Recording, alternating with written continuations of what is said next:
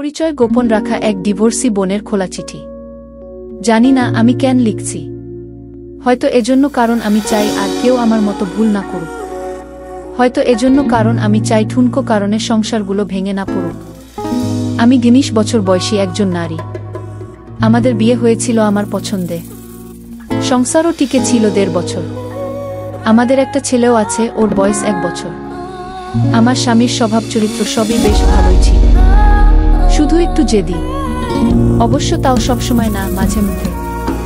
মানুষ ভাবে ওর বদ জেদের জন্যই বুঝি আজ এই অবস্থা, কিন্তু আমি জানি আমাদের সমস্যার শুরুটা ওর দিক থেকে হয় না। সব সংসারেই তো টুকটাক কিছু সমস্যা থাকে। ওরকম আমাদের মধ্যেও মাঝে সাঝে ঝগড়াঝাটি হতো, কিন্তু ঝগড়া বাঁধলেই আমি তল্পিতল্পা গুছিয়ে বাপের বাড়ির দিকে হাঁটা দিতাম। বাপের বাড়িতে বোনরাও আসতো, আর ভাইরা তো ছিলই। ওদের কাছে কেঁদে কেটে সব বলতাম। তখন সবাই ওকে ফোন করে কথা শোনা। আমার ছোট বোন তো রীতিমতো অপমান করত। আমার কাছেও মনে হতো ঠিকই আছে, কত বড় সাহস আমার সাথে লাগতে আসে, আমাকে নিজের মতো চালাতে চায়। আমার মধ্যে কেমন একটা জেদ কাজ করত।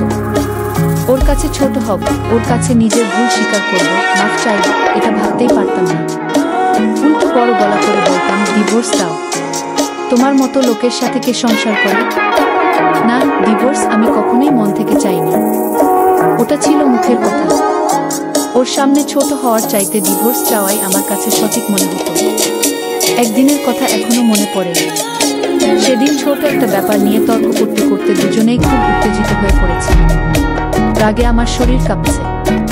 যা মুখে আসছে তাই বলছি। তুই তো কারি, গালিগালাজ, অপমান কিছু বাদ যায়নি। এক পর্যায়ে সহজের বাদ ভেঙে ও আমার গায়ে হাত তুলে। এর আগে কিংবা পরে কখনোই ও আমার গায়ে হাত তুলেনি, কিন্তু ওই একটা থাপ্পড়, ওটাই যথেষ্ট ছিল। আমি বাপের বাড়ি চলে গেলাম। আর হ্যাঁ, বরাবরের মতো এবারও নিজের দিকটা না বলে খালি ওর দিকটাই বলে গেলাম।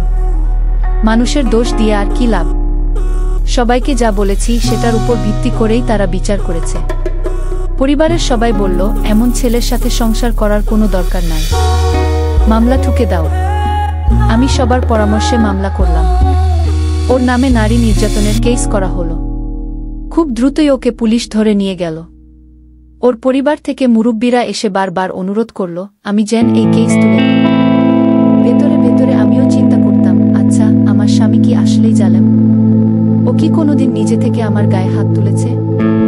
আমি যদি ওকে এত কথা না শোনাতাম, তাহলে কি ও আমার গায়ে সেদিন হাত তুলত? আমার বাবা মা আমাকে বুঝিয়েছিল, আমি যদি এক কিছুর পর ফিরে যাই, তাহলে ও ভাববে আমি বুঝি অসহায়, আমাকে আরো পেয়ে বসবে, আমার উপর ইচ্ছামত ছুরি ঘুরাবে। একবার গায়ে হাত তুলেছে মানে বারবার একই কাজ করবে।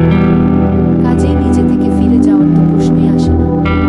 কিন্তু আমার মনের ভেতরকে যেন চিৎকার করে বলতো, ও তো এমন লোক না। ও যেদিন আমার গায়ে হাত তুলেছিল সেদিনই হাঁটু জোর হয়ে আমার কাছে মাফ চেয়েছে। এসব ভেবে ভেবে আমি মামলা তুলে নিলাম। তবে ওর কাছে ফেরত গেলাম না। কিছুদিন পর দুই পরিবার থেকে বিচার সালিশ হলো। সবার কাছে ও দোষী প্রমাণিত হলো। সবাই ওকে নানা কথা বোঝায়, উপদেশ দেয়। তারপর আবার সংসার শুরু করল। এরপরের কয়েক মাস ভালোই চলছিল, কিন্তু হুট করে আবার বিয়ে নিয়ে আমাদের ঝগড়া লেগে গেল। ব্যাস, কাপড় চোপড় গুছিয়ে আবার আমি বাপের বাড়ি গিয়ে উঠলাম। এর মধ্যে শুনলাম ও নাকি খুব অসুস্থ। আমি বাসায় ফিরতে চাইলে আমার পরিবার বলল, এভাবে একটা ঝগড়া করে রাগারাগি ফিরলে সেটা ভালো দেখায় না। আর আমার বোনদের কথা ছিল, ওসব অসুস্থ সুস্থ কিছু না, সব হয় না। নতুন নতুন গল্প করতে চাইলে ফ্রেন্ড লিস্টে রিকোয়েস্ট দিয়ে সাথে থাকুন এবং আমার লিঙ্ক থেকে ঘুরে আসতে পারেন। নতুন হয়ে আশা করি সামনে অনেক ভালো ভালো গল্প হবে। আমরা চাচ্ছিলাম ওই পক্ষ থেকে কিছু আত্মীয় স্বজন এসে ভুল স্বীকার করে আমাকে হাতে পায়ে ধরে নিয়ে যাবে, কিন্তু এবার কেউই আসলো না। এরও কিছুদিন পর ও আমাকে ডিভোর্স লেটার পাঠিয়ে দিল। ডিভোর্স লেটার দেখে আমাদের পরিবারের সবাই খুব খেপে গেল। কত বড় সাহস, মেয়েকে এত কষ্ট দিয়েছে, তারপর ডিভোর্স লেটার পাঠায়। সবার কথাই আমার কাছেও মনে হলো, ঠিকই তো, কত বড় সাহস, আমাকে ডিভোর্স দিতে চায়। ওর সব ভুলগুলো চোখের উপর ভাসতে লাগলো। মা বাবা মনে করিয়ে দিল, ও হলো সেই ছেলে যে কিনা আমার গায়েও হাত তুলেছে। প্রতিশোধের আগুনে জ্বলতে জ্বলতে আমিও ঠিক করলাম, এবার ডিভোর্সই দেব। কে চায় এমন ফালতু লোকের সংসার করতে? কোর্টে গিয়ে ওকে হেনস্থা করার চেষ্টা করলাম। আমার মাসিক খরচ বাড়িয়ে একটা আকাশছোঁয়া অঙ্ক দাবি করলাম। আমি চাচ্ছিলাম ওর জন্য থেকে যায়।